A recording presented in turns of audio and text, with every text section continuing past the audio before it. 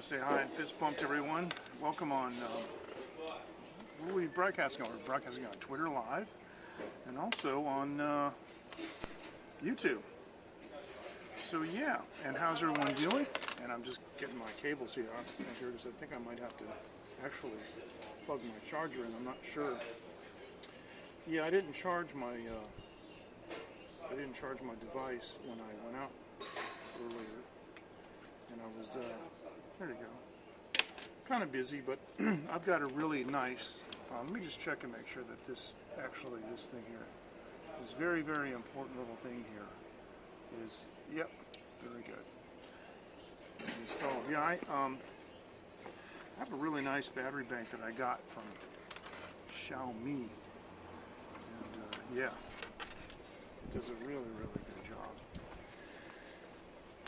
So it's Thursday night here in Taiwan. You guys know I come on all the time at this time, and so I thought it would be a nice time to show you a little bit about what I've been doing. I've been busy this week, even though it hasn't really appeared so much. So this is a battery bank I got from Xiaomi, and what I like about it is it plugs into the wall to charge, so you don't have to charge this from USB, and it's got two USB ports on it, and when it's in the wall, it actually increases the output of the thing. So I'm going to plug this in right here. I'm just going to do this just for a second and see. I'm going to make sure that I don't have, okay, I don't have any comments so far. That's okay, just making sure. So yeah, in no uncertain order, Ken Rod, this bump to you. Everybody want to say hi to Ken? Ken Rod's Coffee Break. Yeah. You like coffee?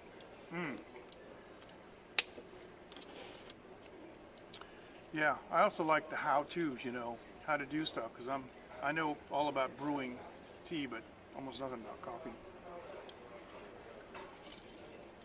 We're outside Mr. Wu's place. See, it's over here. So I'm right outside, right up against a power transformer, kind of hiding because I think I might end up getting pretty close to being hit by a car, because it's I'm right against the road. Well, I'll just show you. I'm right against the road. See, look behind me. There's the line. See, and let me do this. I know it's hand, but this is where my table is. See, I'm just on the other side of this transformer. Don't want to get whacked. All right. So, as you guys know, I'm a big fan of spices, spicy food, especially hot spices. I like all kinds of spices, and when I'm cooking, I sometimes really like to lay it on thick. So, a couple of weeks ago, I had showed you guys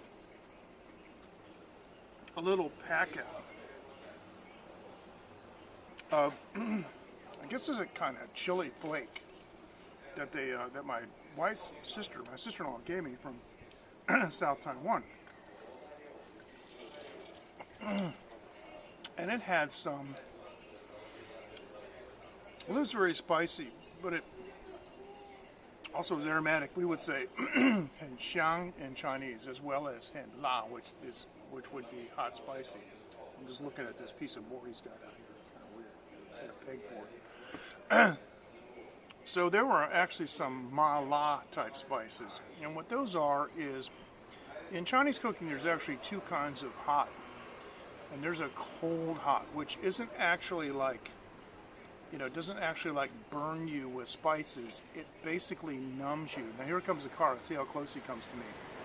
Well, that's not bad at all. Okay, not bad at all. Missed me by a whole arm's length. So these had those numbing spices in there, and that was really interesting.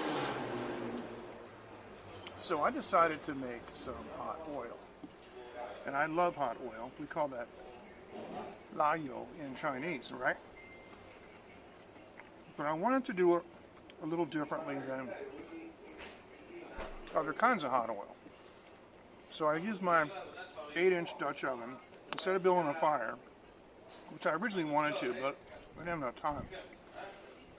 I just put it on the kitchen stove, gas, and I heated it up. It was nice and warm, and I put that spicy, that packet of the Mala spicy chili flakes in there, and I put an amount of, use a whole pack. Then I have a pack of Thai chili flakes, and I maybe put like 150%, more than the other one. So I had like 1 to 1.5. And I stirred it on the bottom of the Dutch oven at low heat, to get it to kind of toast the spices. And the interesting thing is the Thai spice did not have these, but the Taiwan spice pack had sesame seeds in it. Now I also had some black sesame oil. So as those were starting to brown, I poured black sesame oil in the Dutch oven and started browning that. And boy, the aroma from that was out of this world. So I did that for a while. Then I turned the heat way down. And I had a bottle of MTC oil, which is medium chain triglyceride oil. And it is it's a coconut oil. And it's really nice. The coconut oil, the medium chain triglycerides are actually very good for the health. And this is a very pure, zero glycemic oil. And I poured that entire bottle in there, and it matched perfectly well with the 8-inch Dutch oven. Now I'm going to show you what the hot oil looks like. And that is it. And look how rich and red that is. That is just off the charts. And see those sesame seeds that are all kind of bunched up there? All right, well, this hot oil has a slight mala, slight Thai flavor, but it also has toasted sesame seeds and black sesame oil flavor. Well, I'm going to tell you right now, this is the best hot oil that I have ever even heard of. I have been eating this stuff every day, and you wouldn't believe what I've been putting it on.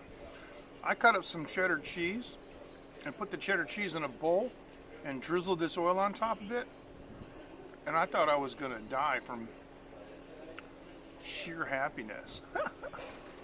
I took some toasted almonds. I have some salted roasted almonds. Nothing but almonds and sea salt. And I put those in a bowl. And I drenched them in that oil. And I ate those almonds with a spoon. So I got to tell you, got a big jar of it now. And the problem is, you can't really take it with you because it's always oily and greasy. I got to find some way to manage it. What I really want to do, hey Rob, how you doing?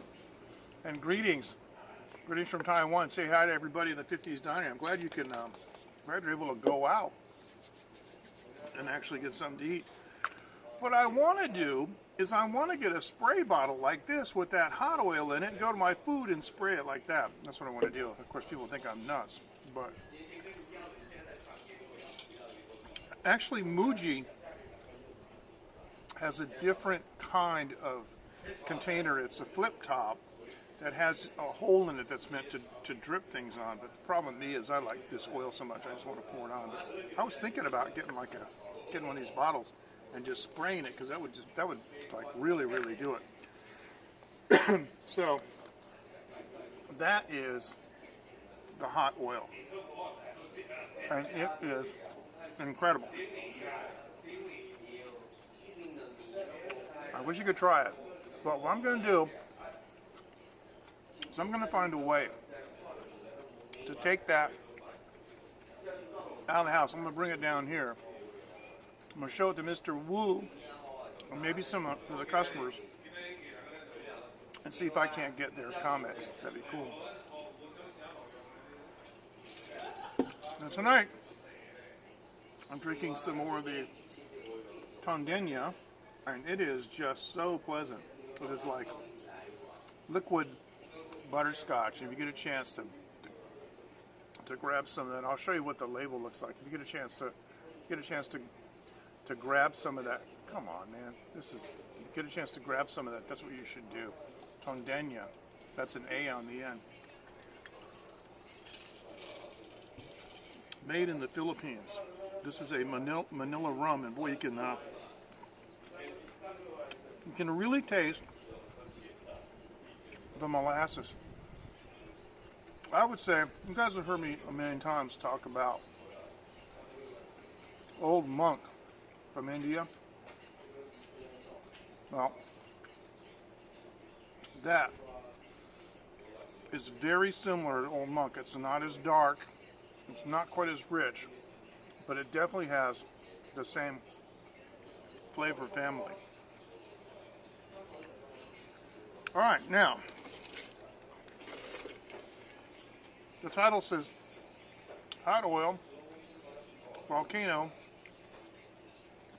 new website. We'll cover the hot oil. Let's go to the Volcano. Now,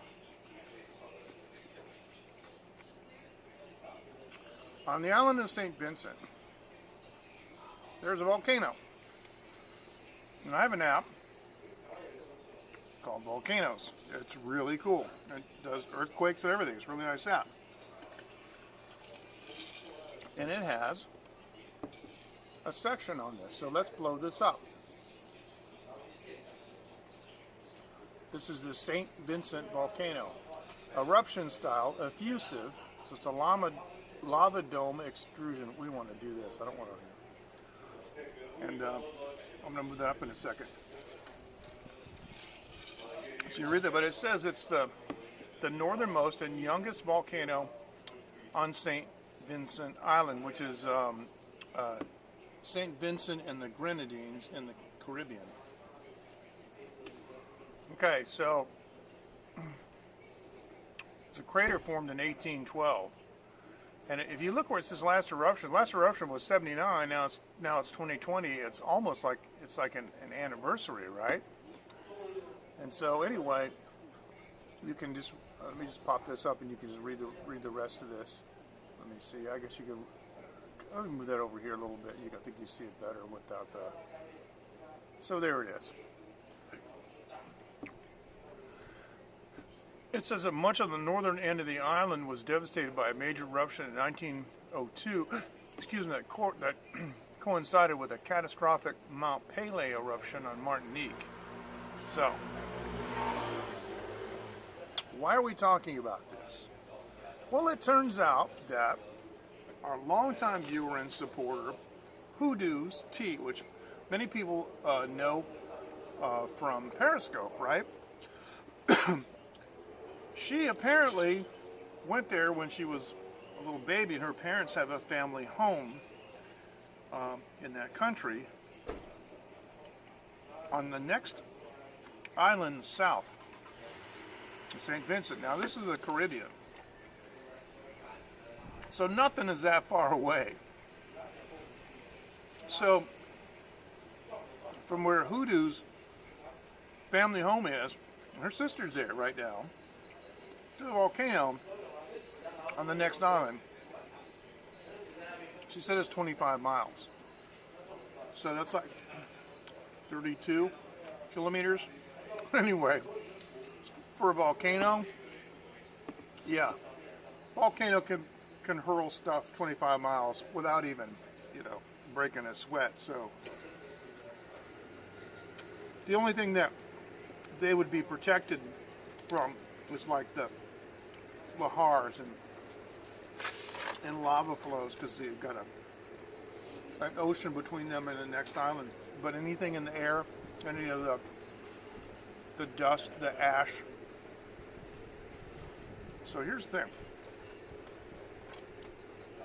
We have permission. This is an exclusive photo from Hoodoo's sister. Look at this.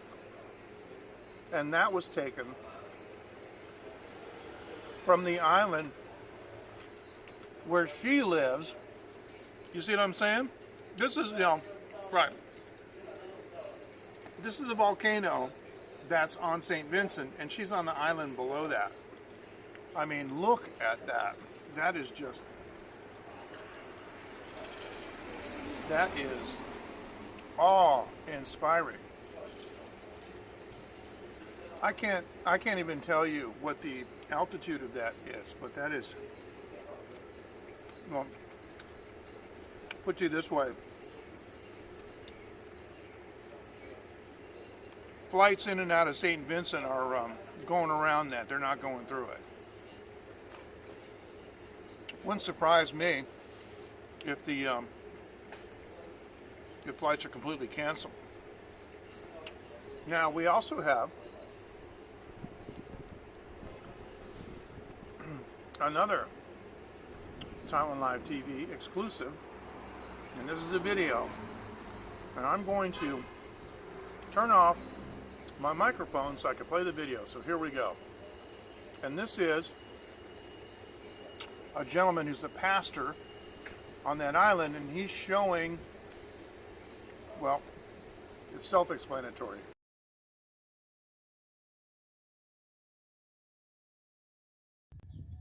So it's a nice sunny morning, clear blue skies, well, in the west. But here we see on the 42nd anniversary of the 1979 volcanic eruption, we have another massive eruption, ash already miles in the air.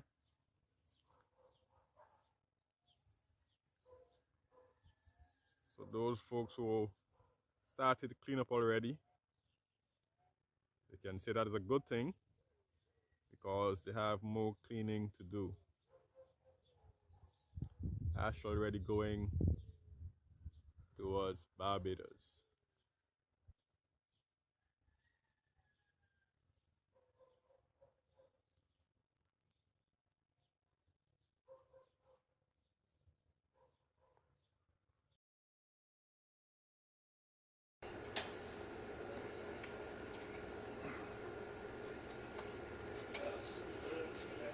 Wow.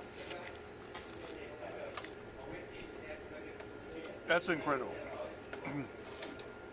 Now, I have yet to see an eruption. I'd love to.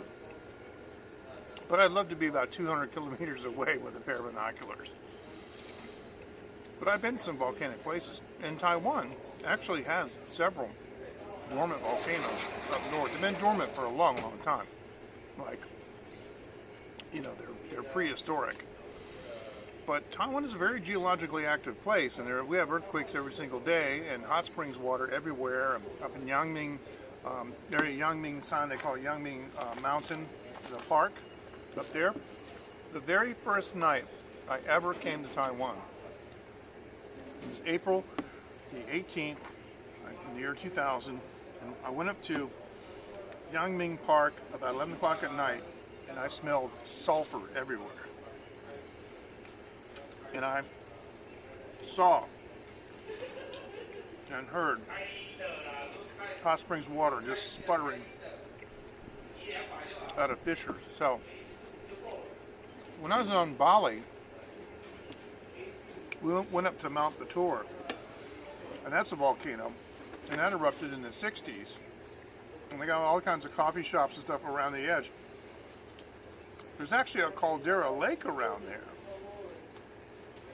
It's ancient, and it formed a new cone in the center, and in the 60s it erupted, and it still is like all blackened and dark where the lava flows. So it's pretty amazing. All right. Now I think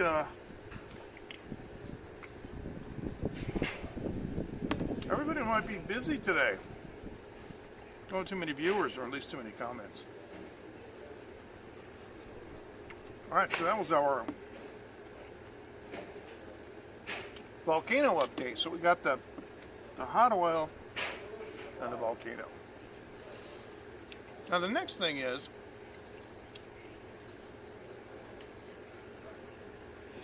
I made a new website. Yeah. And it may be a little controversial. It needs to be seen, but here's the thing.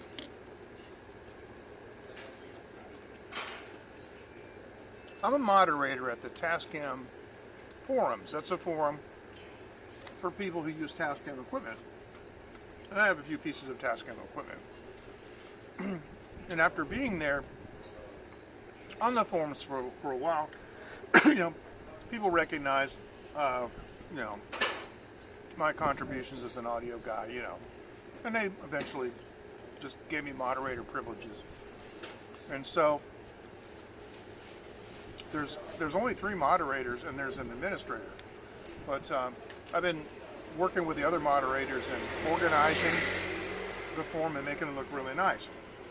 Now Behringer is a company that makes the audio console that I use, and I actually have several pieces of Behringer equipment.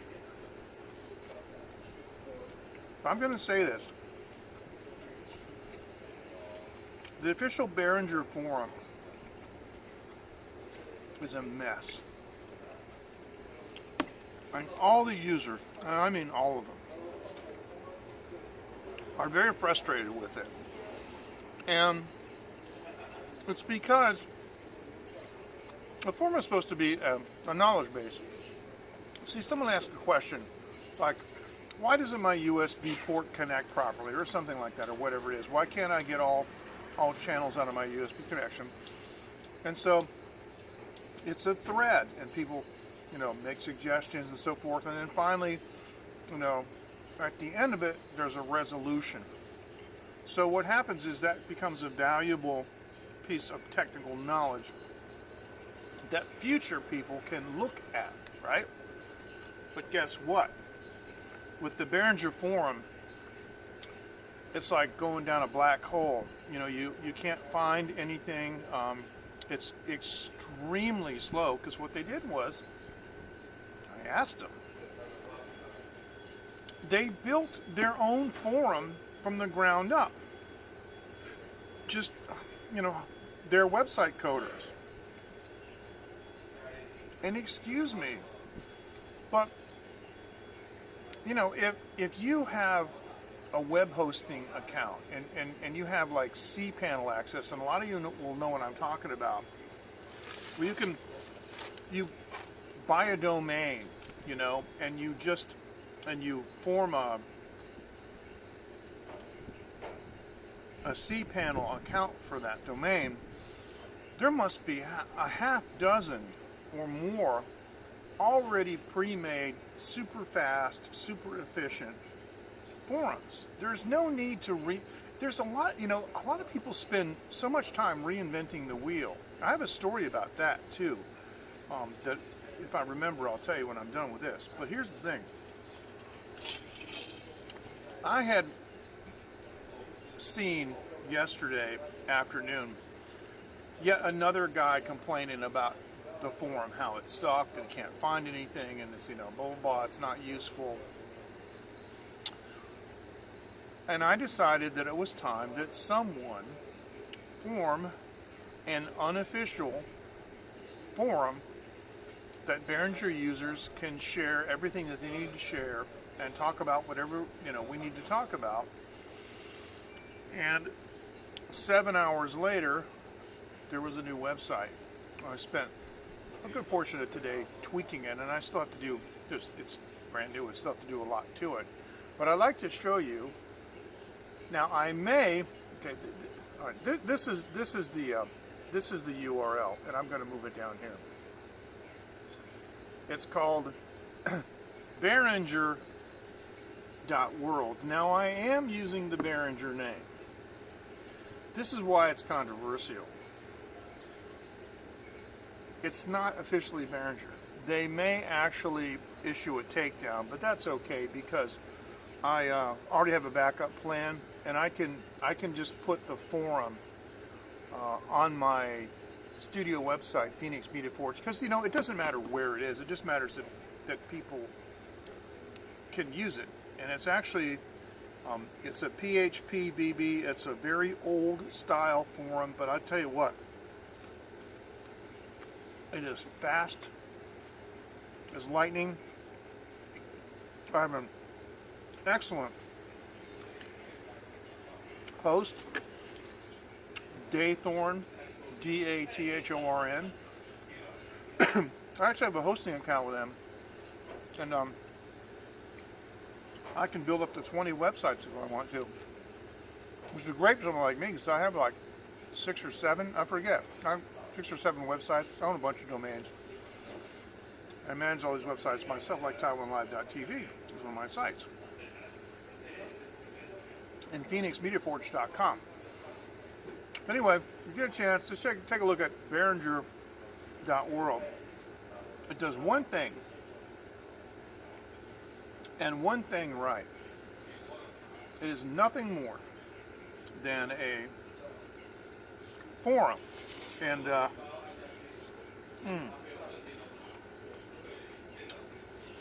wow, broccoli's off the charts. It does everything that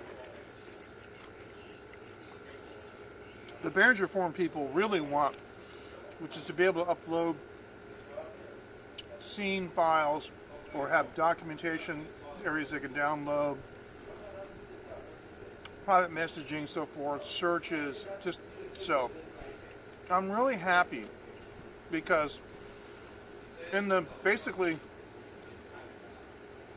28 or 30 hours since its inception, all the big shots and all the moderators from the original Behringer forum are already over here.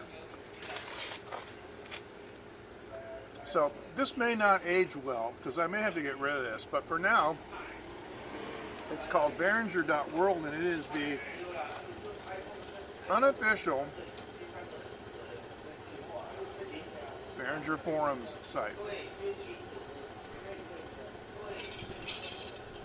Reinventing the wheel. Wow, I got a story for you about reinventing the wheel. You know, the funny thing is, right now, we live in one of the most amazing times.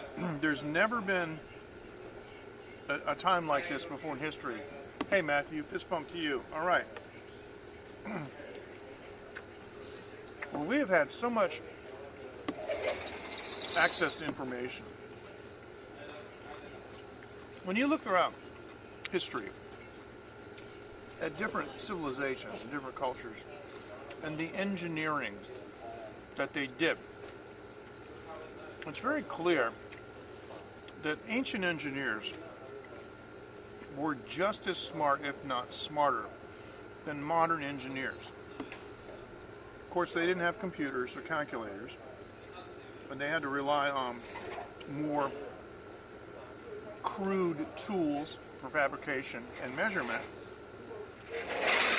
But that's not the main difference between then and now. The main difference between then and now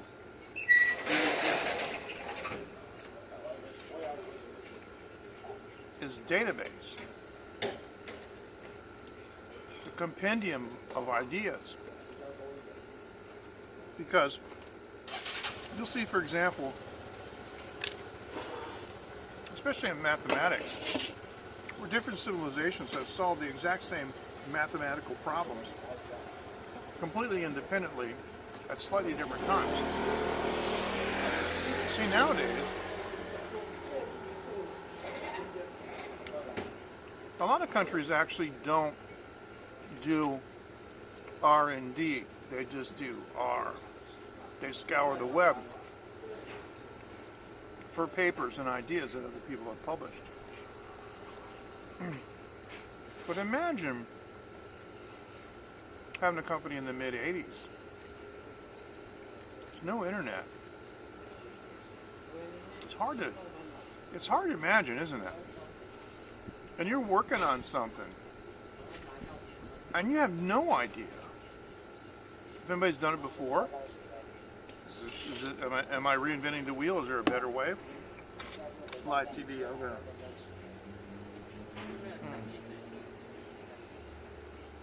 Pick my teeth. That's what we do in Asia, by the way. We use a toothpick to cover our teeth. See people in the United States are digging in. It's like, whoa, no. They used to bug me. So, it just so happens it was about 1987, and I was a manufacturing engineer at a Pacific Scientific subsidiary in Boston, and we were doing some assembly.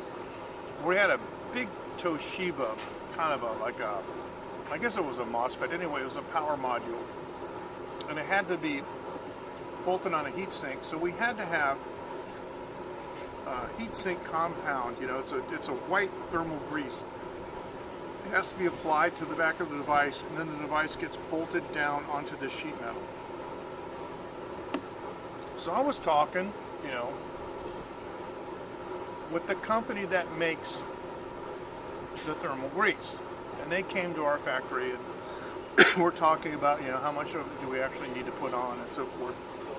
And I said, well, you know, what's the most efficient way or the best way to apply this grease? And the guy actually said to me, he said, the best way that I've ever found to put the grease on is with the finger. And I'm looking at the other manufacturing engineers, and I'm looking at the production supervisor. I'm going, excuse me? He says, yeah, just go like this into the jar, and then take your device and go like this. And we said, okay, well, thank you. And after he left, we're like, there's no way we're going to tell our people to use their fingers to take this thermal grease and spread it on a device. That's dumb. So I said, let me think about this. I got an idea. Let me think about this. And I looked at it. I looked at the consistency, and I remembered that in another company, I had done a lot of silk screening. We did silk screening for circuit boards for nomenclature and so forth. We use dry film to make the circuit boards, but when the circuit boards are done, you know, you have to put the nomenclature on them, like where all the components go, you know, all the R numbers, all the C numbers, all the T numbers, everything, right? The connector numbers and all that. So you do that with silk screens. So I said, you know what? I will bet you that this grease is silk screenable. And if it is, that means we can have a silk screen made that will allow, you know, based on the size of the mesh and everything, it'll allow the perfect amount and a uniform amount of grease. And so what we'll do is we'll make a fixture, we'll put the device in, the silk screen will come down, they'll run the squeegee across it, they'll take the silk screen up, and every single one will be like a rubber stamp. They said, man, that's a great idea. So, hey Mark, fist bump to you. Hey, nice to see you. Thank you for joining. So off I went to a silk screen place. And I walked in the door, and the guy was really super knowledgeable in it, a very good engineer. And I showed him this grease, and it's like, yeah, we can silk screen this. And I'm like, holy cow. And he's like, yeah, he showed me, he had some blank screens, did some demonstrations, and I was convinced, you know, that was the way to go. And you know, after we were done and everything, I looked around and said, let's take a look around. I said, yeah. And I saw this machine, and I said, what in the world is this? It looked like Octavia, whatever it was. It's a huge machine, okay, with a big turret, an arm sticking out, and at the end of each arm was a silk screen, you know, and the machine would turn, and the silk screen would go down, and the next would go like this, and it would go down like that. And I said, what in the world is this thing? He said, well, this is a machine that I invented because I have to apply multiple colors of ink to something, and they have to be very precisely registered. And I'm looking at them because Pacific Scientific, the company that I work for, they do motion control. That's what they do. They control motors. So I'm just, okay, show me how it works. And he had a little something, I don't know, I guess he was maybe doing, I don't know, I don't remember, maybe t-shirts or something like that, but something that had multicolor silk screens, okay? And, you know, so he puts the target, you know, thing down that he needs to screen on the, you know, on the table. And the first, you know, the thing turns and the first screen goes down, and another motor comes along and runs a squeegee, and it goes up, and then the other thing goes up, you know. And I looked at it and it was pretty good. I said, what's your main problem? He said, the registration. Now, what registration refers to is when you have multiple colors on some kind of a product, they have to align. You see, for example, how these, you know, these different, well, let's see it better on this side, how these different colors are aligned. In other words, you can see that these are two different colors, right? And then there's white here, and then there's red up here and stuff. So imagine how this would look if the red and white were slightly off to either side. That is registration. And when I look at this, the registration on this is very good. And I got to tell you something. I have personal experience with the can manufacturing process, and they call that decoration. They call it decorating the can. And they do this at lightning speed. They can do one of the plants that I saw could do 1 million cans in a day. It was mind-boggling. So here's the thing. He said, well, the biggest problem I have is controlling the motors. And he showed me this. I told you this guy was a good engineer. He had built out of discrete components a motion controller to control all these motors. I mean, he had motors that were running, you know, the turret, the arm, you know, and at that point I said, you know who I work for, right? He goes, yeah, Pacific Scientific. I said, do you know what we do? He said, no, we do motion control. And then his jaw dropped. I said, right. And we have multi-axis controllers that control, I forget what it was, 4 or 5. Multi-axis means multi-motor, you know. So you've got, you know, the 1, 2, 3, 4, 5 different, you know, motions. And so, I said, I'm going to send one of our sales guys over to you because I'm pretty sure we have a new system that does multi-controllers, and I think if you probably got 2 of the units, it would handle all the axes that you need to control, and you could very, very precisely program them. And this guy was like, you know, and so I went over and I went to one of our sales guys, Mark Lamantina. Still remember his name. Hey, Mark, if you're out there, where's my commission?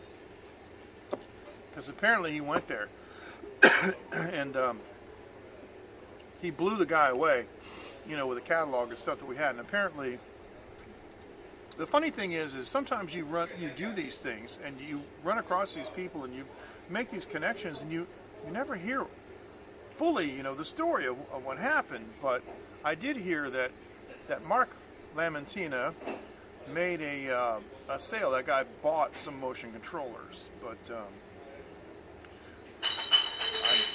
I didn't get the commission. But what it was is the guy didn't know. He reinvented the wheel, and that happens all the time. And so nowadays, that only happens, excuse me, in primitive societies where they don't have internet access, you know, where maybe the internet access isn't quite as it doesn't infiltrate so deeply into society. That's a problem sometimes with foreign languages. Like if you go to a country like Laos, yeah, I mean they're doing stuff there that has been solved a long time ago, but they can't they can't do a search in English, So it's pretty interesting. So that's really the difference between, say, previous civilizations and now. It's all about data. It's all about the database. It's all about the knowledge base. And so, for years, though, universities publish things online, excuse me, not online, but they publish things in hard copies. But many universities used to do that kind of almost plagiaristic research. That's been going on for a long time. But with the internet, it makes it so much easier because one of my friends was looking at making a hardware device for his friend who stutters. It turns out that you can train somebody who stutters if they listen to their own voice through a delay. You have a microphone, and I think it's 50 milliseconds delay before it hits their ears. There is this kind of speech therapy that trains stutterers, and one of my friends was talking to me about this, and he said he was going to go to Guitar Center and get a guitar delay pedal and make this hardware solution. There's an app for it. See, these days, everybody carries a computer. A computer. That's a phenomenal computer. In their shirt pocket, their back pocket, their pocketbook, or in their Taiwan Live TV man bag. And so much of this is done on apps, but you don't need to reinvent the wheel. With repositories like GitHub and all these open source sites, and the fact that there's the GNU license, enables people to develop apps like for the Arduino and Raspberry Pi and whatnot that just go across the whole board. So these days, I mean, you can make a robot in a week that would have taken you years to make. And just like today, just like yesterday, I made a website in 7 hours, and it only took that long because I wasn't using a pre-formatted template. So, but there you go. It's a very interesting age that we live in. So if you want to know how to make wine, or you want to know how to do anything, just be careful with electricity, though. Sorry. My throat, air quality's not too good. I'm just sitting here, packing up stuff. So, you guys, what's going on with you? You're awfully quiet tonight. Awfully quiet. We had a total of 5 comments. Look at this. It's like the first comment from Ken Rod is, you're not going to talk to Jake about maybe doing a short timestamp. That'd be interesting, wouldn't it? See a timestamp on there. There you go.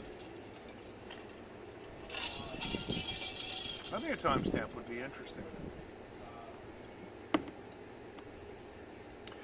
All right, so that was all that I had. Been mushroom hunting. Oh yeah, eggs and bacon. Well, it sounds funny, but did you photograph it, Rob? Did you photograph it? It sounds good. I'm kind of upset because my favorite breakfast place in the neighborhood went out of business about 6 months ago.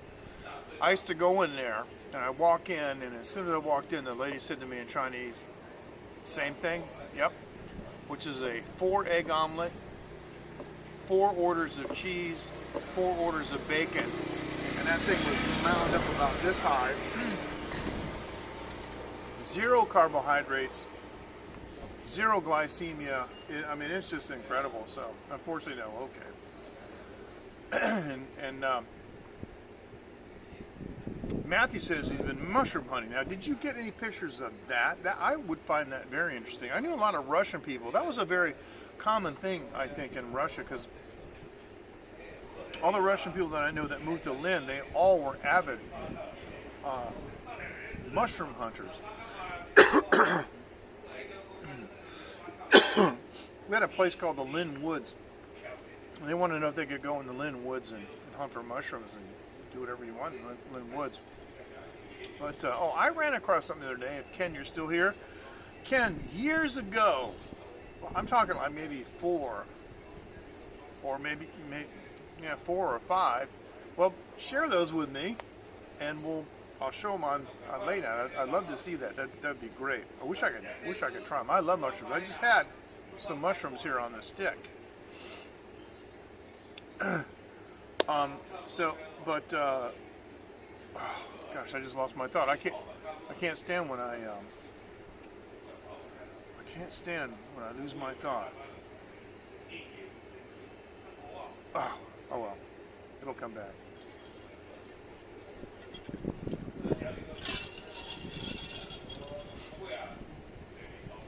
Really? You have to be careful though, because the whole thing is you can get picked toadstools by mistake. Really? Oh, ticks, that is bad. So, Matthew, is Lyme disease an issue where you live? Because when I was doing a lot of field work in Rhode Island, that was a big problem, so. Really? I never did that. I never had the confidence in my ability to identify an edible mushroom from a non-edible one. So I don't know. I don't know. But you guys may not know this, but growing mushrooms is a big thing in Taiwan. It's huge, especially in central Taiwan. There's no places around here that I know of, but in many places in the Taichung area, I used to drive through there and find all these big buildings that were all dark. You know, they're wrapped in dark stuff, you know, and that's where they're growing. Somewhere I've got pictures of those, but I may not be able to find them, but if I could. I never went inside one of those. Are they? Okay. All right, so I guess what you're saying is, okay, yeah, that makes sense. I guess what you're saying is you're looking for kind of a specific, you know, species, so. Thank you for mentioning Lyme. That's what I want to talk about. When I was in Rhode Island, I was doing field work in Rhode Island, and there was a big outbreak of Lyme, and every day I was in the forest, in the woods, with a machete, hacking through, because I was using a GPS and a U.S. Geological Survey map to try to find specific points to use my field intensity meter to measure a radio station signal. Morels. I'm gonna have to look that up.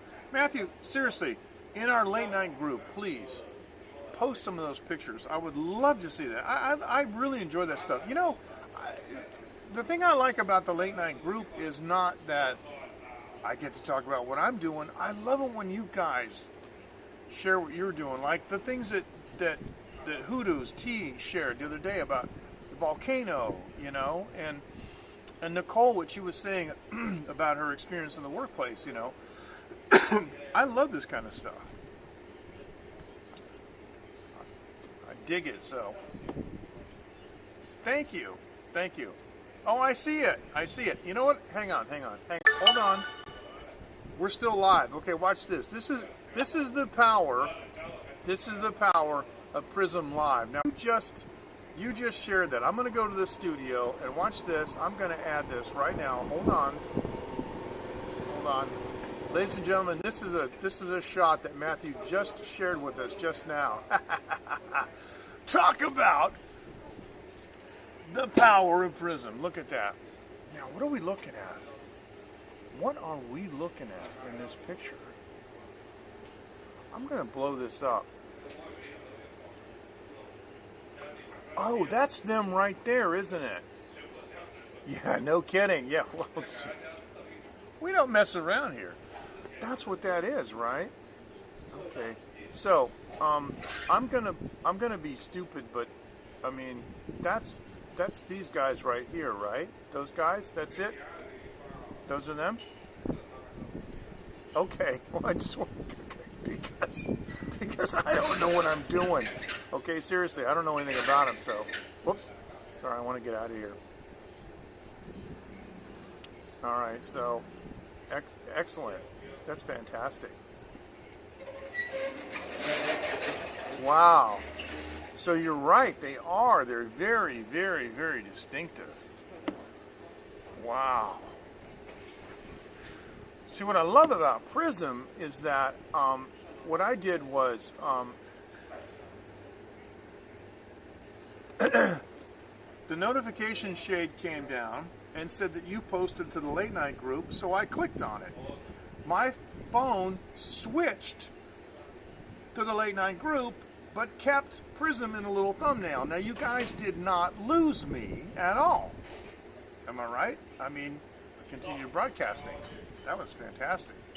I love stuff like that. Like, man, post more of those. That's great.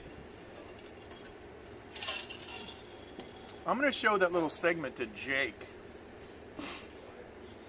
Jake is the lead developer for Prism and for Prism Live Studio. You know, you guys look down here in the corner when I'm streaming. I'm using, yeah, split second. Okay. Did it go dark, or actually, you know, I think when you lost me is when I went to the studio to add something, but maybe not. But yeah, that was cool. I like. So if you got another one, Matthew, we'll try it again. I think that's so cool.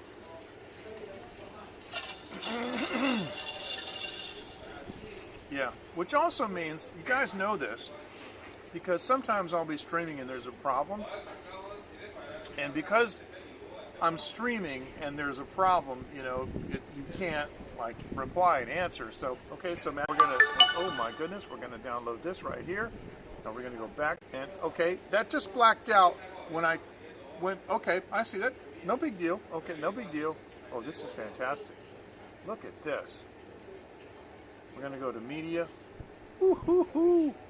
Oh boy, oh boy, oh boy, oh boy. Look, oh man, look at that.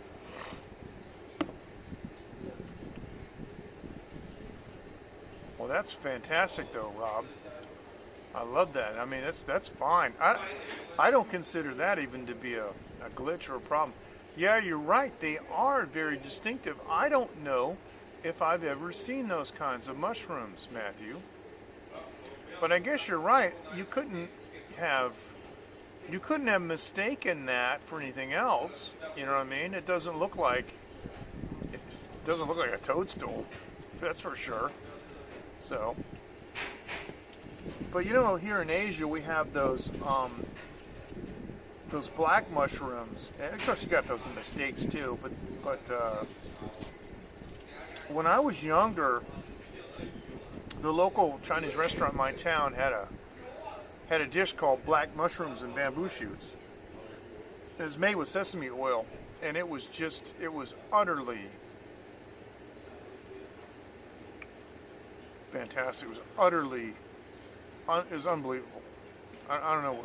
It was just that just really dark, smoky flavor. And so Matthew, listen, man, you can't leave us hanging. Obviously, that looks like a stainless steel pan that they're in. What did you cook them with? Is that just like a light oil, like an olive oil? And yeah, you make a good point, Matthew. You'd have to be pretty like you not paying attention. That is a very distinctive looking mushroom. I don't know if I've ever seen that. So I'm actually learning a lot from you on this. This is great. Oh, you're soaking them. Oh, you soak them in like a brine water? So that's all right. So why do you do that? Is that to add a flavor thing? Flour and butter. Okay, so you try to put like a little bit of a coating on them.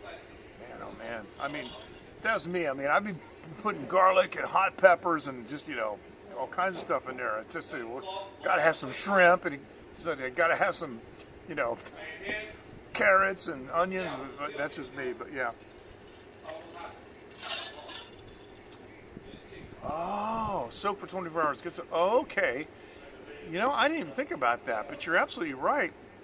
Look at all those. Okay, yeah. So you got in this, you've got all these little things in there, right? So those are going to have like bugs in them and stuff. You know what that looks like, man? You know what that looks like? It looks like those things got brains.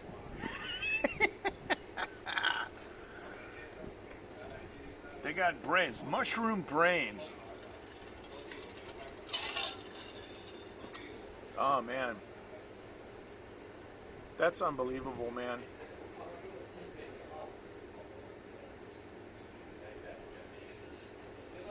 All right, let's go over here and we're gonna reset the size on that. It is weird. All right, so anything else that you want to share? That's fine. And look, I'll tell you what. It's not as long as we got everybody here, Let's do this. Whatever you guys want to share to the late night group right now, I'll instantly show. I just love demonstrating the power of Prism. It's incredible. So okay, so that's not actually like a cooking pan. And those are submerged underwater or partially submerged, looks like. Okay, it's kind of hard to see, but man, that is so cool. All right, so that's what they look like, and that's what they look like in the wild. Wow. Really? Really? Well, let me ask you a question. I mean, can you make some money if you find them? Can you take them like to a farmer's market, or is there some supplier that would buy them from you? Because you guys know my friend Tony, my Taiwanese friend Tony Lin. He's the gentleman you guys know from the interview with John Ho. He's the guy that helped me get my business started. His partner, Mr. Yang. Mr. Yang has a daughter who studied the production method for a specific kind of mushroom. There's a kind of mushroom that supposedly is extremely good for like medicinal purposes, and that was her gig. And apparently you can like get rich doing that. Me, I'm just a dumb guitar player. I don't want to do that. But excuse me. Well, ginseng is definitely something that I know about. We have a lot of that here, of course, obviously in Taiwan and in Asia in general. And you can go to 7-Eleven and buy like ginseng drinks and so forth. So, but all right, I want to try those. Listen, man, we come back to the States. Matthew, I have a customer in Old Frederickstown. So, ooh, really? Holy smokes! I think you got a new business going, Matthew. I've got a customer in Old Frederickstown, and so if I go back to the States, it's very likely that I'm going to go visit my customer, and so you know what that means, right? That means I'm going to be tasting them mushrooms. That means we gonna be doing a live stream. I have a dream. $40 for 12. Man, oh man. Whew. I thought guitar strings were expensive. I have a dream, In my dream, of course, the pandemic killed it, but yeah, I wouldn't pay that either, especially if I knew where to find them. Just, you know, they're sticking out of the ground. Just go up there and, you know, just pull them. Yeah, exactly. Exactly. Yeah, like I wouldn't pay somebody to master my records either. So, but I have a dream, and it was, you know, the pandemic completely shattered it. But I had a dream that I would go to the States, and I would go to visit my sister in North Carolina, and I would drive down to Coco's, and we would have a Taiwan Live TV party at Coco's. And the Coco's told me many times, yeah, let's do it. Let's come on down and do it. But it was my dream to give everybody the money to buy a plane ticket to join us. So who knows? That, yeah, the pandemic killed all that. The alternative was for me to just do a drive around to all my followers in the late night group. And Kenrod, I've always wanted to go to Texas, and Casper frequently talks about how nice it was meeting you there. Okay, Rob sent a picture, and we're gonna, yeah, here you go. Now I told you guys, right, that I posting whatever you guys sent me right now, and this is the one right here that Rob sent, and it says, this is a 50s diner. You know, Rob,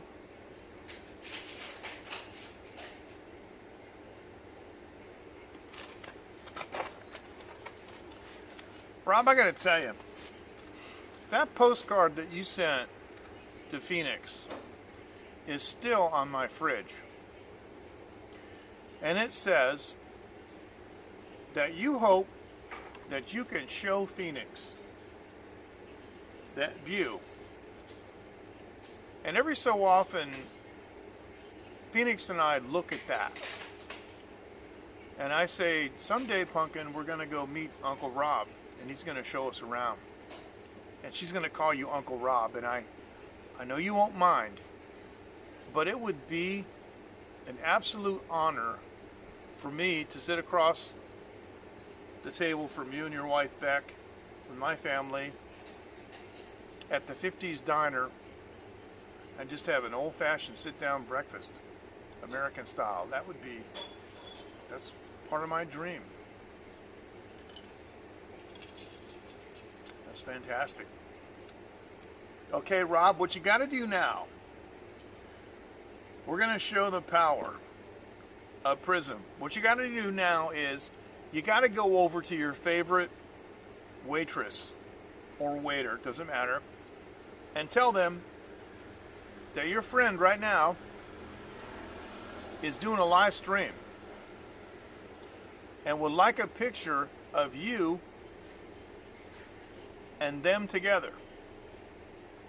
Take a picture of them right now, post it, and then show them as it comes up. Can you do that? Yeah, it would be epic. It would be. It'd be fantastic. It'd be fantastic. I mean, you guys don't know how honored I would be to meet all of you, and I've been fortunate to meet many of the live streamers. But it's, you know, it's the guys that, you know, that travel. Of course, you know, JL, John Ho, John in LA, and Yuka's been here 4 times. Holy cow, you know, and Casper and David Osaka, and just, I mean, come on. That's been incredible. And Jevons, who's actually in Taiwan, he's been here a couple of times. But the 50s diner, sarcasm served all day. Man, I would love that. Because you know, right? You know that I abhor. I can't stand sarcasm. Sarcasm makes me, just turns me off.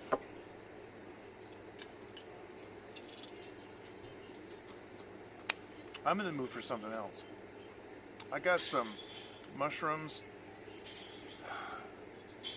I got some broccoli. What else do I need to get? Sausage or bacon wraps? You guys pick. Sausage or bacon wraps? Which one? Okay, we'll be right back after this.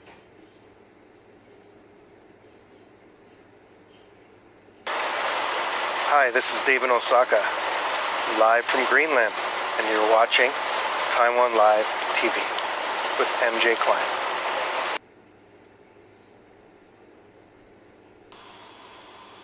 Hi everybody, you're watching Late Night with MJ Klein on Taiwan Live TV.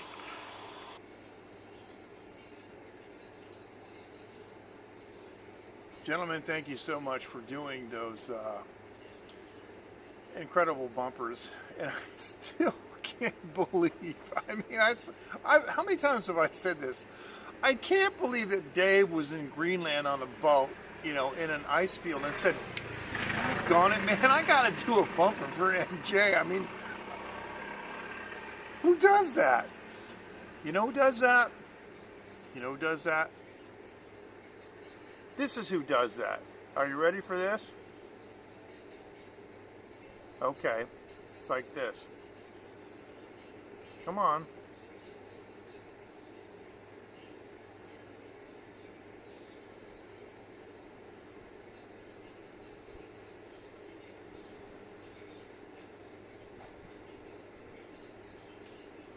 And in case you can't read that, it says true friend. That's who does that, a true friend. Yeah, exactly. Incredible, huh? All right, so. Hey, that's Nicole. How you doing? Fist bump to you. Nicole, we were talking about you earlier, but it's all good. I was just saying that I was enjoying, you know, the recent, excuse me, the recent banter that we've had in the late night group. What we're doing right this second, Nicole, that's interesting, because of the power of Prism Live Studio. Whatever is being posted, and of course I trust you guys implicitly, whatever this, have I ever said anything negative about you? There's nothing negative to say, come on. Yeah, that's crazy. Anyway, whatever the friends are posting in the late night group for pictures, you know, whatever pictures are being posted, I'm instantly grabbing them and putting them on the stream. And so far we've had, I got to show you this. So far, Matthew and I, we're talking about, and everybody's talking about mushrooms. So these are the mushrooms that he's collected, okay? That shows, you know, the mushrooms in the wild, okay? And then these are soaking in brine, so he's, you know, trying for the bugs and stuff for 24 hours. And then I asked Rob, you know, where he was and what he was doing, and to send something, and he sent us he's at the 50s diner. I know. Yeah, aren't they crazy? Yeah. But I can grab those during the live stream. So anything that you guys in the late night group want to send me right now, I'm going to post. But before we do anything else, let me do this, because everybody's missing out. At the bottom, it says email, latenight@taiwanlive.tv. If you are a viewer of my show and would like to join our group on the Line app, that's Line, the Line app. Excuse me, it's an incredible app. It comes from Korea, which is kind of interesting because the Line app is owned and operated by Naver, who are the same people that own and finance and operate Prism Live, which it's talk about incredible coincidences. But late night at taiwanlive.tv, if you send me an email requesting access to our group, I would gladly add you. And our most recent addition is Jim Boyer, You guys know because he's been joining us from Ethiopia. He's really busy because Jim is actually a diplomat, and it's the funny thing is you know, when I was in America, I mean, most of the people that I knew were rock stars, to be quite honest with you, you know. But here in Taiwan, most of the people that I know are like politicians and you know, like Linda Arrigo. Just look up Linda Arrigo, Arrigo, just like it sounds, Arrigo. Linda Arrigo. Look her up on Wikipedia, and you know, Michael Turton, you guys know him, and and Jim, and Frank, Xavier, and Sheldon. So like, I mean, there's just, and I met director Brent Christensen from AIT, and I saw him. He met President Tsai like earlier this week. It's like, I know all these diplomats and stuff, that I never knew in America. So it's very interesting living overseas and who you get to meet and talk with. But these diplomat guys are pretty cool because they have all kinds of connections. And one thing that you may not know, excuse me, is that in every country of the world, I'm speaking to people right now who are from the United States, because that's from my perspective, because you know, I'm a U.S. citizen living overseas. If you want to penetrate some market around the world with your products, all you have to do is contact the embassy in the country where you want to try to sell your stuff, and they all have a business unit that they're heavily connected, you know, in the distribution networks in that country. That's what they do. And so, including Taiwan. Now, Taiwan is not officially recognized, but they have the default, of course, the de facto embassy they call the AIT, which is the American Institute in Taiwan. So there you go. They are. And I gotta tell you, it's exactly, Nicole, like dealing with airlines. If you are a jerk, you're gonna get thrown off the plane, right? But if you're nice and you smile and you're reasonable and you're patient, you can get anything that you want, and exactly right. And you know, Jim is a classic example of that. It's funny thing is, because Jim's got a beautiful daughter named Amber. Now you guys know about his blog. His blog is called A Curmudgeon Overseas. Just do a search on it, Curmudgeon Overseas. And after Phoenix was born, Jim came to my home, and it was really funny. Phoenix was a baby, you know, and of course he's a father, so he was right away. He's like, can I hold? Oh, Rob, hold that. Oh yeah. Oh, look at this. Oh, you got to. Okay. We got this now. I got to finish my story. I'll give you the backstory. This is an amazing photo Rob just sent. Guys, don't go away. You got to stick around for this. So, Jim is a father, and so naturally he said to me, "Can I hold Phoenix?" And I said, "Of course." And he picked her up, just like a father, cradled her neck. She was like less than 1 year old, and he's holding her, you know, and he goes, "Oh my gosh, this makes me want to have another baby." I'm like, my work is done.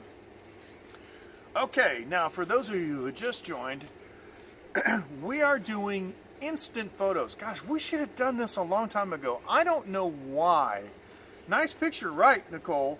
But I'm going to show everybody. I don't know why we didn't do this before. We got to tell Jake about this. I asked Rob a few minutes ago to find his favorite waiter or waitress and tell them that I would like a picture of them and would show them on the live stream. And so I'm going to add this media right now, and here it is. And I'm going to tell you right now that I need to go to the 50s Diner and say hello. What is her name, Rob? Look at that. Hey, Rob, you're looking great, man. You lost some weight. You look nice and healthy. You look strong. You look good, man.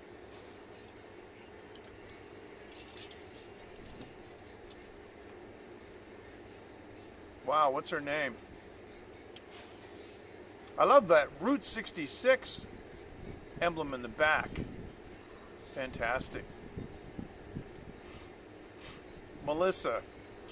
I hope Melissa's watching. Hi, Melissa. How you doing? Fantastic. I got to go to the 50s Diner. We got to meet. I got to say hi. I want to introduce you to my family. Fantastic.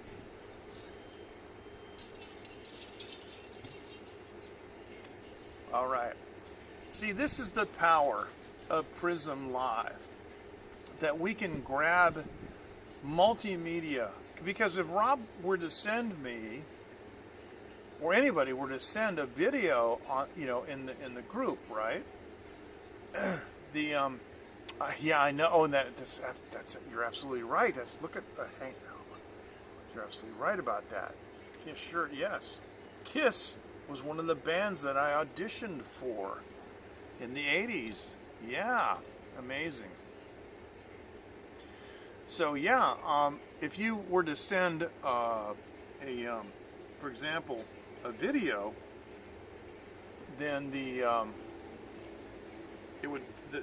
video would take download. Now, Hoodoo's has sent us a message. We can see what it is.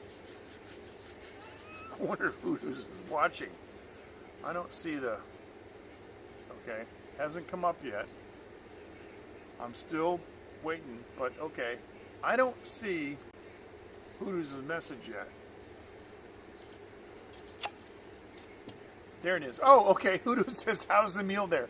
Okay. Hoodoo says, would somebody please that we're in the middle of a broadcast?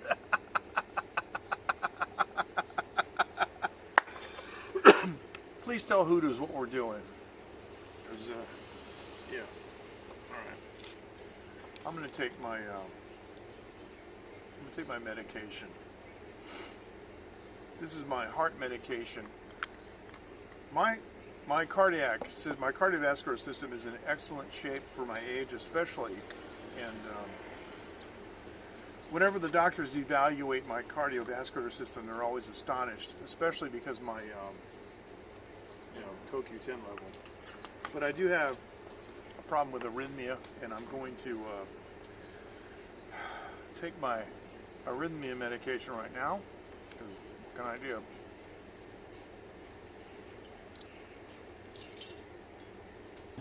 All right. Now,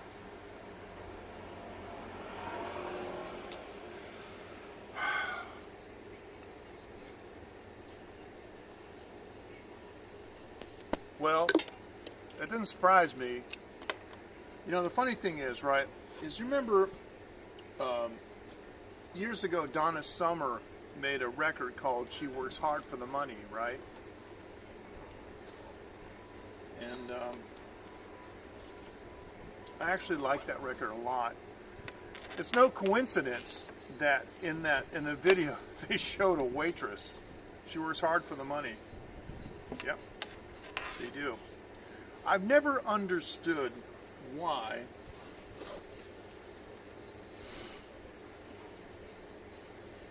service people in restaurants are contractors. In Taiwan, there's no tipping. And the person who brings you the food is an employee, a full employee with a salary, you know, from the place.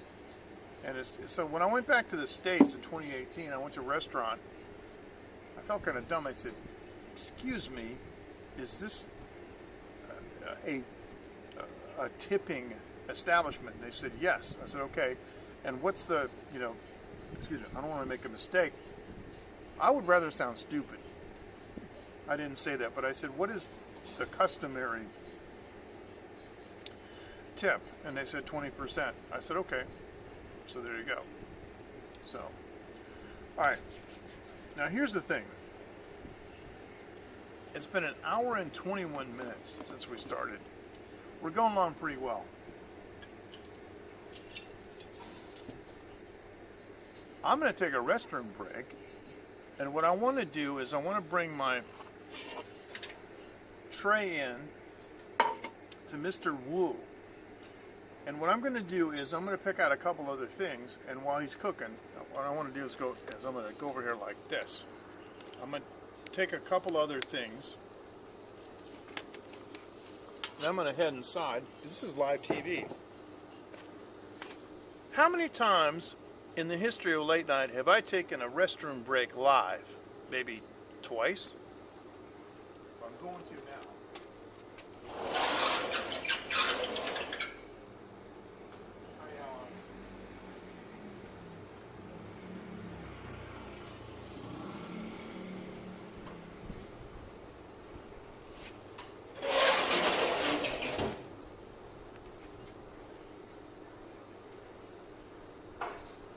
Let me do this because I think maybe you guys might want to see.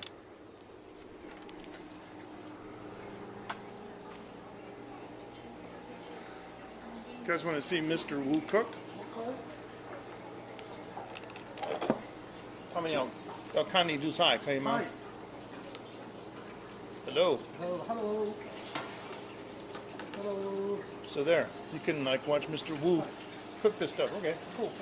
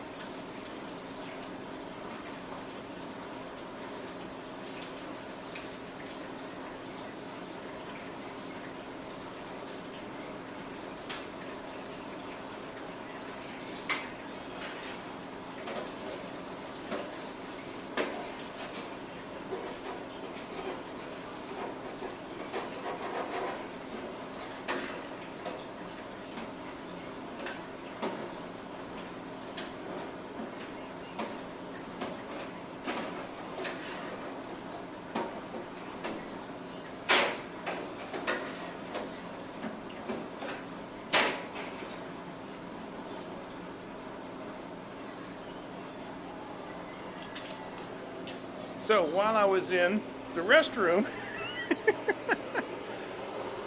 my watch gave me a notification that Rob said that it was the best breakfast in town. That's fantastic. So what I need to know is did you send a picture with that? Mr. Wu calls himself, well, he calls the place Lao Wu. Lao means old. It's really funny because nicknames like that in Chinese society are not considered impolite, you know, or wrong. So when I was younger, living in the States, you know, my best friend, Mr. Chen, they would call him Xiao Chen, which meant, you know, young Chen. But I remember one time I was on the road in Norfolk, Virginia, and I was with some ladies that I had met on the road, you know, being a rock star. And so I took them to a restaurant, And even back then, I was fluent enough in Chinese. So I was at this Chinese restaurant in Norfolk, Virginia, and I heard over the intercom. I heard like, Lao Fang Dian Hua. So that means that old Mr. Fang has a phone call. So it's pretty funny. So Lao Fang Dian Hua. It's just one of those random things that you remember going through life. So Mr. Wu is pretty cool, and excuse me, like most people in the neighborhood, he's been here a long time. I've lived in this neighborhood for 15 years, so sometimes I look at my pocketbook and I'm, I didn't bring enough money, so I owe him 30 NT, which is $1 from the last time, so I'm gonna pay him, but he always just says, never mind. So okay, Matthew's the photo right now. Okay, we're gonna check out the photo. Oh boy, holy cow. Oh my goodness. All right, you guys, here we go. We're gonna go to the studio, gonna add media, and here it is. Ladies and gentlemen, we're talking about mushrooms. Oh boy, look at that. We're gonna blow this up. Oh, yeah.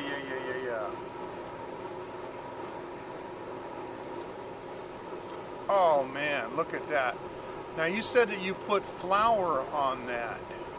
Flour on them. Look at that. Holy smokes. That is... Whew. And Nicole, it's interesting how you spelled his name W-U. Yes. Because like the Cantonese would be W-O-O, but W-U. Yeah, that just shows your cultural awareness. That is so cool. Wow. Look at that.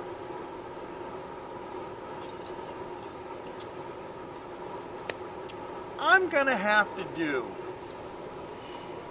a regular show of like, you have. Well, I know you were studying Japanese. Well, if there's anything that I can help you with, or if you'd like to, maybe give us a call sometime on Skype, we can arrange that. We can do a live stream on the Skype, and we can still, good, still are. That's good. We would be able to try to converse in Chinese. That's cool. That's really cool. Look at this. I want to zoom in on this some more. This is just great. No, not that. I want to zoom in on this. Look at that. We frequently have guests. We've had you on Skype before. I know. And we had Bernardo recently, and Dean comes on a lot. Coco's been on with us, and let me see, who else? Rob's been on with us, of course. Recently I did a live stream using our corporate. It's an alternative to Zoom, but we used our corporate video conferencing system, and I asked people to join, and Rob was literally in bed with the covers pulled up, over his chest. So wow, that's pretty cool. Hey Brian, how you doing? Yeah. Oh, I know.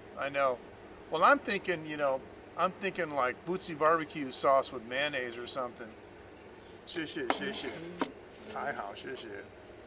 Yes, I'm thinking Bootsy barbecue sauce and mayonnaise, right? That's what I like for stuff like that. But look at that.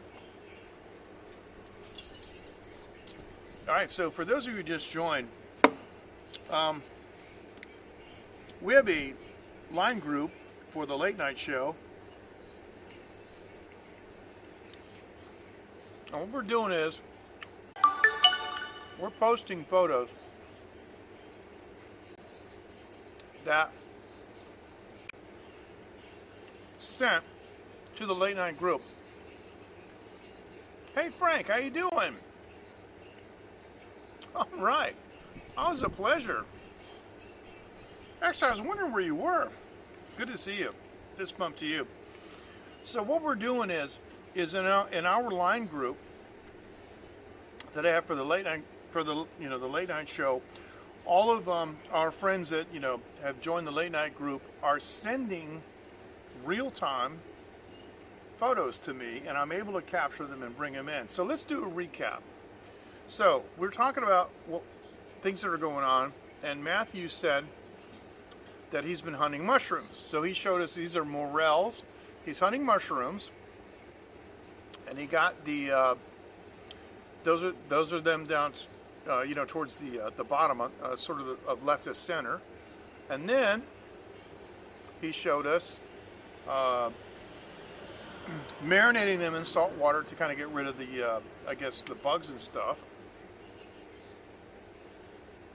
And then Rob sent us a picture. He's at the 50s Diner. It's a diner in Peoria, Illinois, where he lives. So I asked Rob, in real time, go to your favorite wake person and ask them to pose for a photo, post it in a late night group, and I will instantly put it on the live stream. And this is Melissa, and I purposely have this way because Rob was showing off his KISS t-shirt, but that's Rob Ebner right there. And then we had Matthew show us the mushrooms that he's cooked in the pan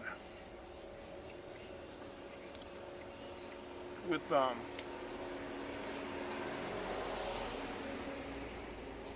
flour and, oh my goodness.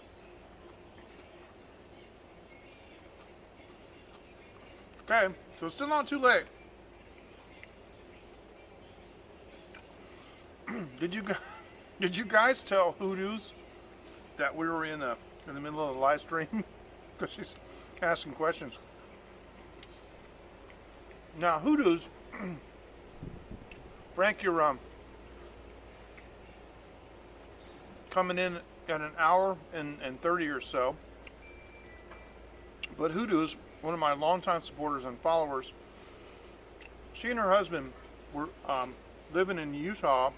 They went to Alaska and they've been all over, but she was telling me that when she was young, her family had a home in St. Vincent the Grenadines. And her sister was at the family home. And that's the view. Their family home is actually on the island just below St. Vincent. And I mean, sorry, it's the wrong way. That's the view of volcanic eruption 25 miles away. Wow.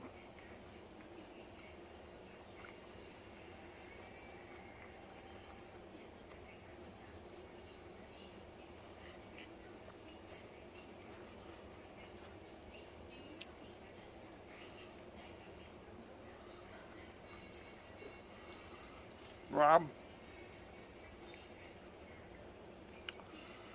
I'm never going to delete that.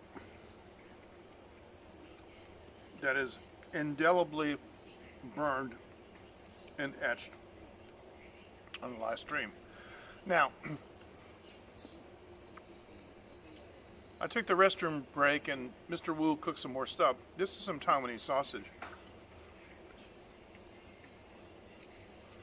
And Taiwan sausage is characteristically a little bit sweet. It's Mr. Wu over there. I didn't recognize him from looking at the camera.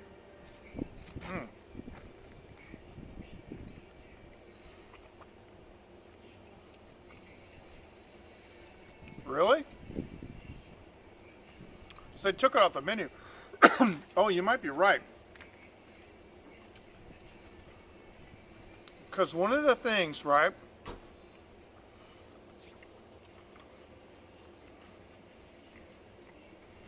But the thing about it, Nicole, is that there's not very many varieties. Like you talk about German sausage, a gazillion of them. What was it that Matthew said? He was talking about. I'm going to show you this. I'm going to go back. This is This is a comment that Matthew said talking about those mushrooms, right? About the mushrooms that he was hunting. He said his neighbors sold them online, and she made 3 to 5K in 4 weeks. So Frank, I think your economic assessment is probably dead on. The mushrooms are what cost the money. But you know, growing mushrooms in Taiwan is a huge business. And down in central Taiwan, I was talking about this earlier, there are many buildings that you drive by, like in Changhua and Taichung, that are all blacked out. And they're just quietly growing mushrooms in there, you know. Okay, thanks, Rob. All right, so anyone else has anything? If you want to leave the stream for a minute, to go to the late night group and tell hoodoos that we're taking real-time photos, or whatever it is, and posting it, I think she would like that. Now, I'm right here on the street.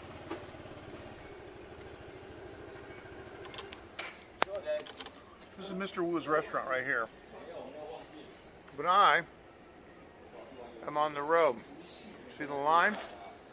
Right. So, I'm right next to the Transformers.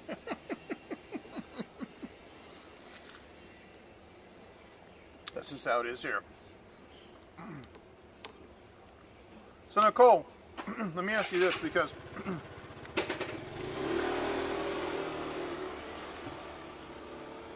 when I go to Japan,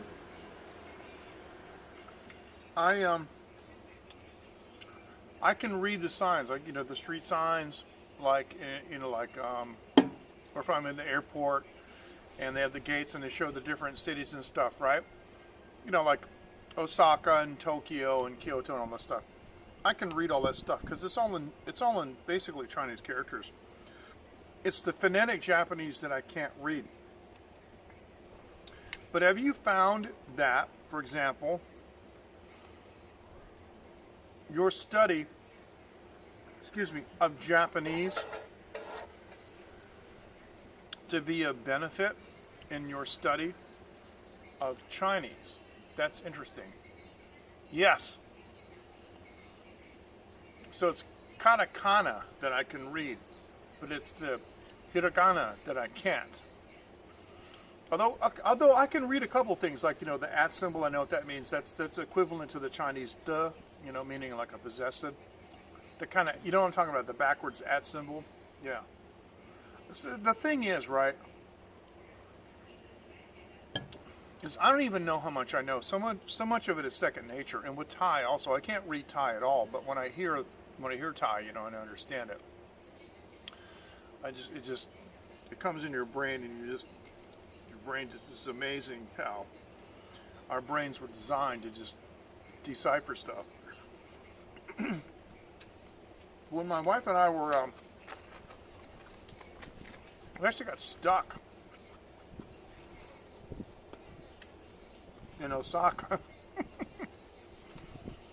I'm sorry, we got stuck in Narita overnight because our aircraft had a problem. I blogged on it in the blog years ago. But it's very convenient. And I had a Japanese friend visit here, and I put her on the scooter. I took her around, and like, we're looking at different signs. And she said, "Oh, I want to see that reservoir. Oh, I want to see that place," because the signs were all in Chinese, and she could read them, and it was pretty amazing. Now, when I was young, all my Korean friends could read Chinese, because like Vietnamese and Korean used to use Chinese for writing, but they don't anymore. Ah, here you go. Well, this is interesting. Oh, I know what this is. Ladies and gentlemen, this is a contribution from Nicole. Holy smokes. Okay, now we're going to show this right now. Okay. Now, I'm going to let's go over this, okay?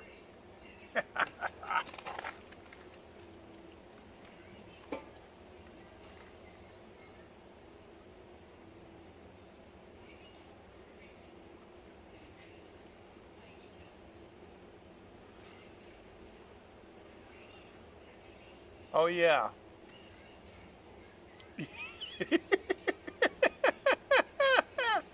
Yeah, I could use an orange safety vest. I sure could. Thank you so much. Okay, this is Chinese lesson number 1 for tonight. Okay, so we're going to do this. This, ladies and gentlemen, is how you say Taiwan in Chinese. The first word is Tai, and it means platform. It's also a measure word. Measure words are a concept that's hard to understand in English. Because you can't say, like, if you were at if you said, I want some beers, and the bartender said, how many? And you said 5. That'd be fine. But you can't say 5 in Chinese. You have to say 5 cups. That's be a measure word. Now that first word is Tai. It's a measure words for things like computers. Like, how many computers do you want? 5. That would be Wu Tai. Dian Now. That means 5 computers. Or a channel on a television, on the TV. What channel is it? It's Sen Lin Tai. So that is a measure word. The word that I've circled to the right, it's Taiwan. That's a first tone, Wan high tone. That means like a bay, or it also means like a current. So what Taiwan really means is a platform that's sticking out of the current of the ocean. It's pretty interesting. Now, let's erase that. This word here, Xiang, again, it's another first tone. They are confusing. But once you get them, you will freak people out, especially when you use the correct measure word, because the generic measure word is ge. But for example, if you were to say 2 cars, the word for 2 is liang, right? Liang. But the measure word for cars is also liang, so you have to say liang liang che instead of saying liang ge che. So anyway, that word is xiang, and it means aromatic. It can mean spicy. It can mean a good smell. Whatever. This word here, come on, do this. Hello. This word here, chang, means intestine. But these 2 words together mean sausage, because everybody knows that sausages are stuffed intestines. So that's what it means. It means an aromatic intestine. It's an intestine that's been stuffed with something cool. Okay, so really what this says is what that says. Taiwanese sausage. It's amazing. So that's our Chinese lesson for today. So what we're going to do is I want to do this. I want to go back down here, and I want to see if I can put. Let me just do this and put this back the way it's supposed to be here. Hold on. Okay, so over here, there's another. Oh, so she's got another one. Let me see what this is. This is I can't read the schemes, but anyway, it's another. It's product. Okay, yeah, all right. So yeah, there's a big Chinese population in Canada. When I used to go up to Montreal, I saw those a lot. So They are. I know what you mean. But it makes a lot of sense. And, you know, I'm used to it. So it's Taiwan, Xiangchang. So, and I say it all the time, you know. So this is what, you know, the stuff, you know, we're talking about what I was eating, you know, a few minutes ago. So how to say it is in Chinese, this is 这个是, 这个是, 这个, right? There's the ge again, right? That means this is this thing. 这个是 is the positive particle, which means yes or affirmative, or in other words, is. Taiwan, Shangchang. So that's it. That's cool. That's a nice picture. Thank you. I want to show that again. I like how they got the, you know, the caloric information there. Those ones on the right, though, I'm guessing those are the dried ones, right? They're dry. They have a lot of fat in them, right? Because in Boston's Chinatown,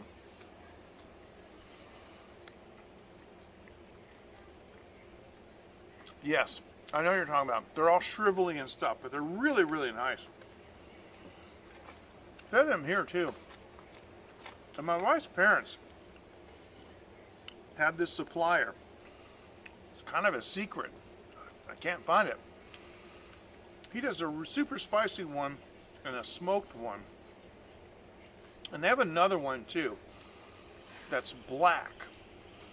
It first turned me off because I thought they were blood, but they're not. They're liver. When you see Chinese sausages that are black, they're not blood because they don't have like Yorkshire pudding here, those kind of things. They have other things that are blood. But those sausages are all, they're all liver. And they taste really fantastic. But my wife's mother likes those ones, you know, that are dried, and she always slices them up and has them for dinner, so it's fantastic. And the smoked ones are just, they're off the charts. She knows I love them, so she'll put a big bowl out, and she'll turn like the lazy Susan on the, you know, in front of me, because she knows I'm going to eat like all of them. But Boston, Chinatown, had a company right in Chinatown that made the most unbelievable dried sausage. It wasn't Taiwan style, it was mainland style. But I ate like, I don't know, I ate like 1,000 of them or something while I was living there. It was amazing. So that was so cool. That was a great picture. I really appreciate you sharing that. All right, so do we have any other pictures that you guys would like to share with us? And I don't know, maybe we could do another Chinese lesson. I don't know. I'm always up for Chinese lessons. Let me do this.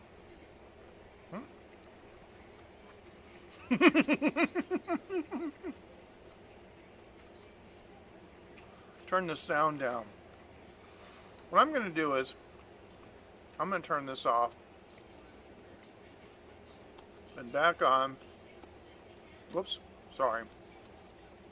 Just because I wanted to reset that. So the clear field now. There you go.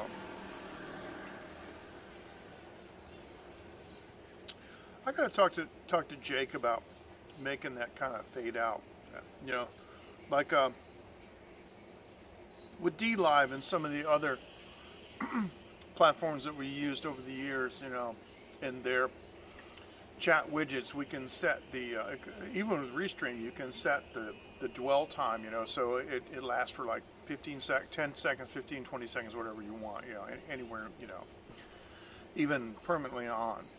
But where it comes on and then it fades out. Because even though, I mean, it's just me, But occasionally, I do some culturally interesting or maybe even important kinds of streams, and I want to show things, and I don't want the chat to be, like obliterating a third, of the field. So, all right, it is not clear tonight.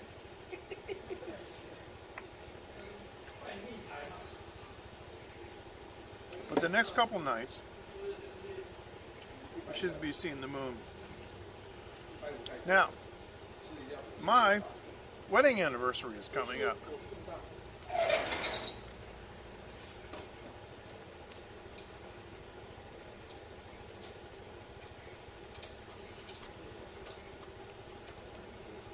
"14 years. My wife doesn't watch my streams, so it's okay. Yeah. I found the coolest place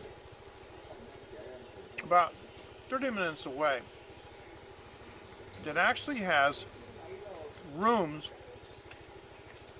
that are built in trees, like giant tree houses, but like, with the usual Taiwanese impeccably super high class engineering with wood and technological stuff. And so my wife doesn't watch my streams. She's not going to figure out watching it here. But there's one room, I got to go down there and just check it out to book it. But there's one room, there's a tree trunk, and it's like the whole room is around the tree trunk, but they've hollowed the tree trunk out with stairs and like LED lights to get inside it. And there's a little loft that Phoenix would just love to sleep in. We've been in several places in Taiwan. Like, we went to a place in Hualien that the room had a slide and a separate cubby hole, like on a ship. And she just loves that kind of stuff, so that's what I'm looking at doing. But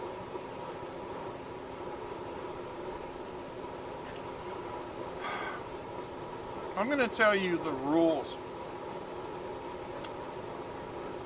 for husbands who have Asian wives.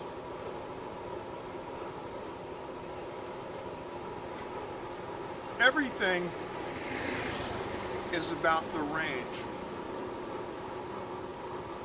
And it's always better to go above the range than below the range. Because here's the thing. Asian wives are frugal. They've been taught throughout history, throughout their family, through their parents, their mothers, to save money. That's good. To be resourceful. That's very good. But that doesn't mean, that's not the same thing as being cheap. Because when it's necessary, you have to spend the money, like for a certain quality of food, right? Welcome back, Rob. So if you buy a gift for your Asian wife, we'll talk US dollars here. She's going to ask you, how much did you spend? She's going to know. She's going to see the credit card receipts. You go, well, honey, I spent 20 bucks on you. Am I not worth more than 20 bucks? Yeah, but, I spent 30 bucks the other day on something and you yelled at me. It's not the same thing. So, how much did you spend for this gift? I spent $2,500. What are you, out of your mind? Are you crazy? So it's about the range. When I went to the Manila, Philippines, right? I'm like, I can't I can't not buy my wife a gift.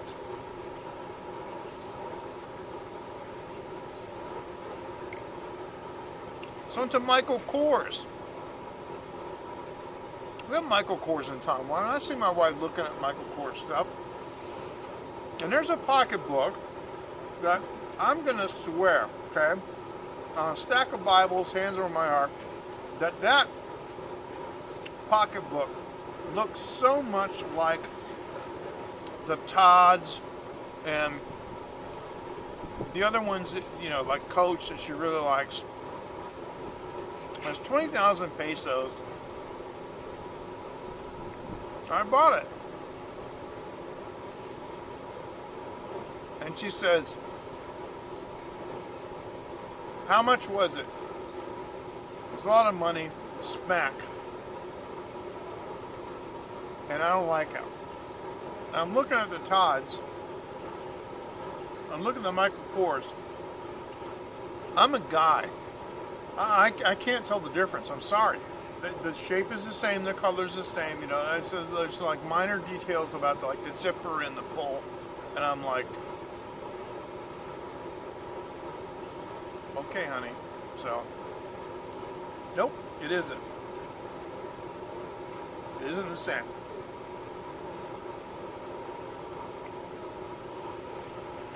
But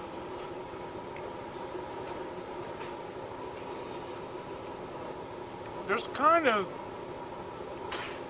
an authority thing going on. Oh, okay. Frank, I can't get them because you didn't send them to the late night group because you're not in our group. But I'll tell you what, I'm going to get them on email, and I'll use them on the next one. Thank you. I appreciate that. Thank you. I got your last one. That last one you sent, you know, about like the mini camper. That was fantastic. Seriously. Actually, I'm going to send you an email about the Lyme group. Actually, if you want to know about Lyme, our mutual friend Jason Sargent knows all about the Lyme app, and he can explain it to you. But anyway, so Cole says, yeah, it's not the same. And it's not.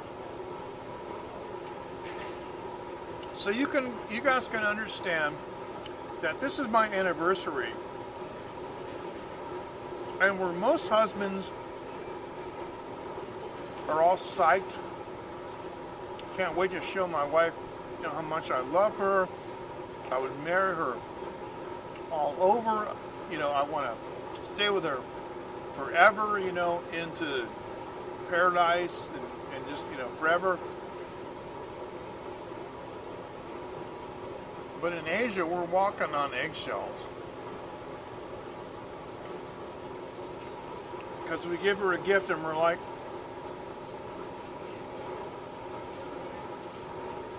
and we don't know until she finally looks up and goes,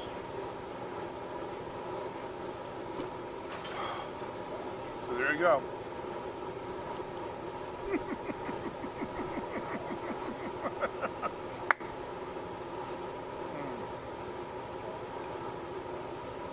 Now, one of the things, and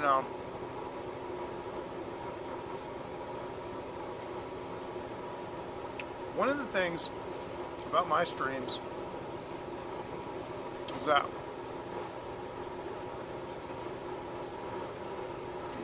everybody gets to be a moderator. So Frank, now I just made you a moderator on that account. Which means if people say naughty things while I'm streaming, you can give them a timeout, you can block them, you can ban them. Well, I don't want it to seem so bad, but what I'm going to say may sound a little weird, and some people may say that it's racist, but no, you have to recognize that people on the other side of the world are different.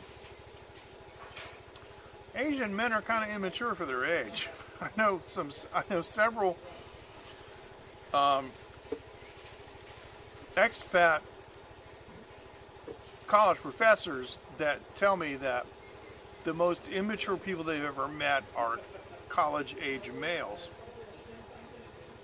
And that kind of continues into adulthood, where the females are remarkably more mature and balanced than the men are.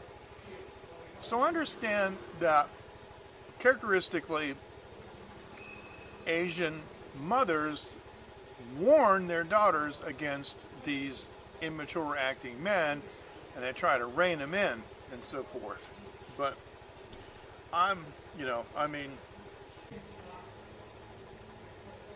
don't you miss your parents? Like, what do you mean? So, well, if I moved to Taiwan, I would miss my parents. I said, yeah, but I'm like 50 years old. What are you talking about? Well, still I would miss my parents. I said, well, I haven't lived with my parents for 30 years.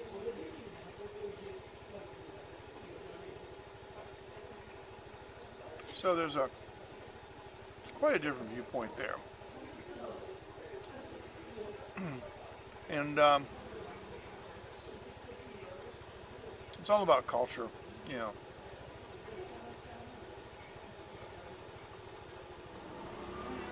That was interesting. So, Frank, I'm going to check out the pictures that you sent. I'm going to download them. I'm going to share them on my next live stream. No, no, they don't. But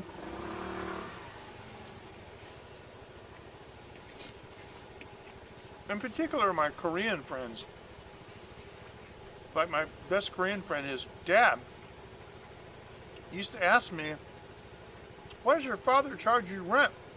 I go, I'm over 18. Because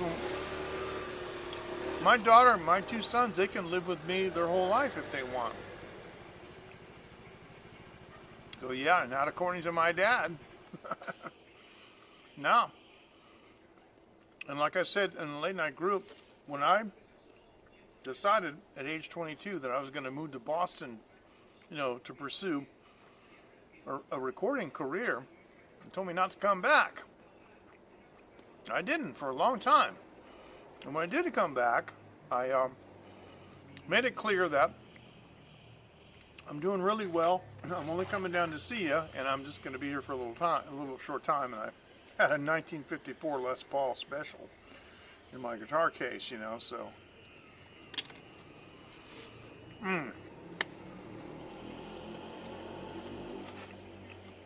This is definitely one of the longer shows we've done. I appreciate it, but it's getting late, so we have to get out of here. 2 hours and 5 minutes. Now, Dave in Osaka wasn't able to join us tonight, but he's going to be very happy about the replay.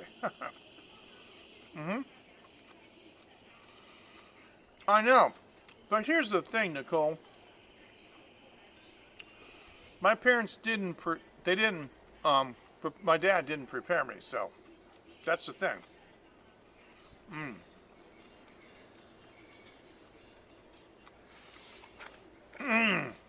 I believe that. Oh, yeah. And there, and there. Yeah, oh, yeah. I see that all the time. Well, here's the thing. Nowadays, employers, they don't even want to talk to somebody who doesn't have a college degree just because they want to make sure that they can spell. But that's not even an indication that they can spell. But I understand why, because they figure, well, But yeah. You guys take care. It's been a real pleasure. I got to get out of here. It's getting late. Thank you so much. I'm going to see you on Sunday night. If not before, something cool might happen that I might be able to share with you in a live stream. thanks so much for joining. I want to thank everybody. Too many, it's too numerous to thank, but thanks so much for sharing those pictures. It was really quite a pleasure. You guys take care, and we'll see you next time on Late Night with MJ Klein. Thank you for watching Taiwan Live TV. Thank you so much. And love all you guys. Thank you so much. Now, thank you. Oh, thank you, Matthew. Thank you. I'll give you an update. And believe me, when we do this, no matter what it is, even if I can't do it like on the date, I'm going to live stream from that place. Guys, take care. Here it is, the big finger. Bye-bye. Thank you. Fantastic. Unbelievable.